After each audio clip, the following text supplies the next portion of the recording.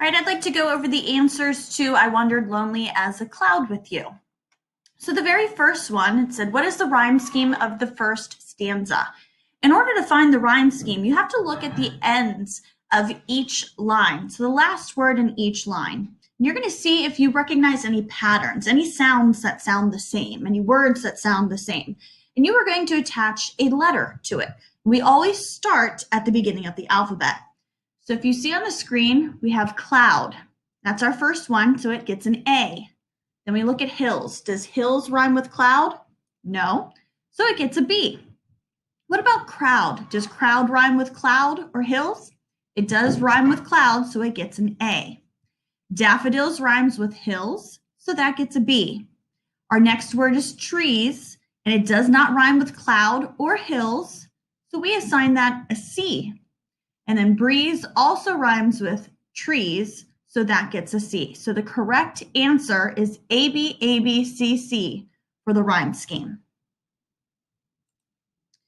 Our next question is, what is the speaker describing in the lines?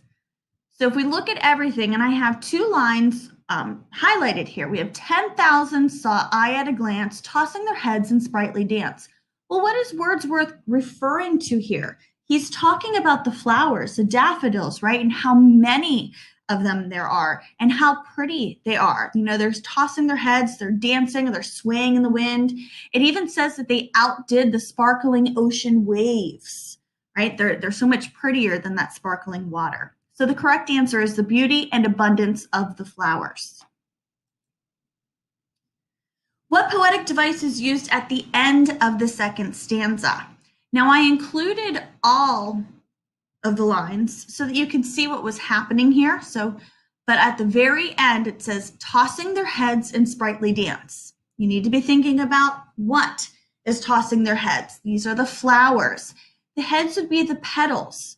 Can petals really dance? No, Wordsworth is saying that they are swaying, they're moving in the wind. Okay, so this is an example of personification. It's giving those human traits to an object. Continuous as the stars that shine. What is this an example of? Well, what's being compared to the continuous stars that shine? We're still referencing the flowers. So the flowers are as continuous as the stars that shine. It is a comparison of two unlike things, flowers and stars, using one of those comparing words as, so this is a simile.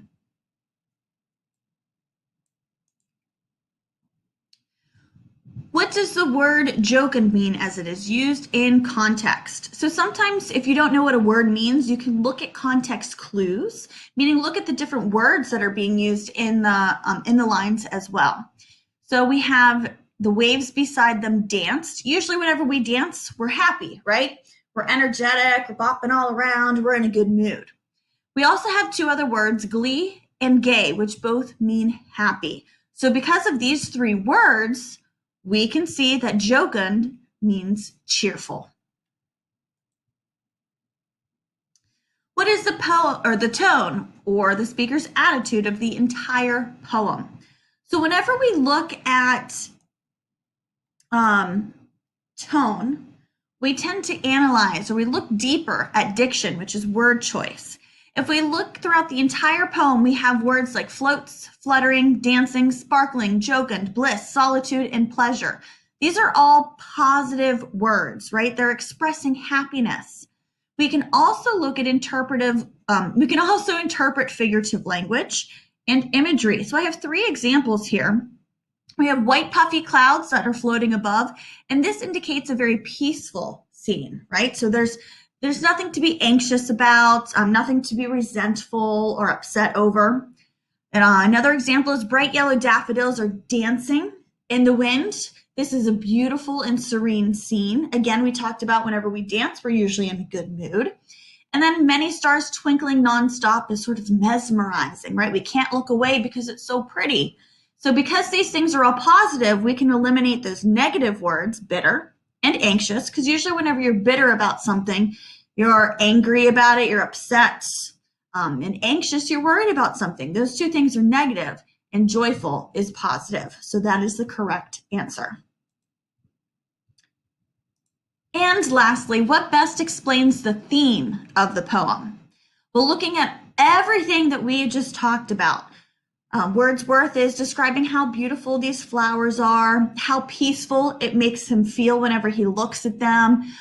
He is happy whenever he looks at them. So our correct answer here is nature's beauty can make us happy.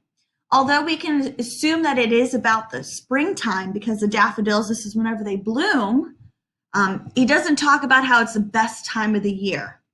And also, we talked about how these images have a positive impact on Wordsworth, our speaker.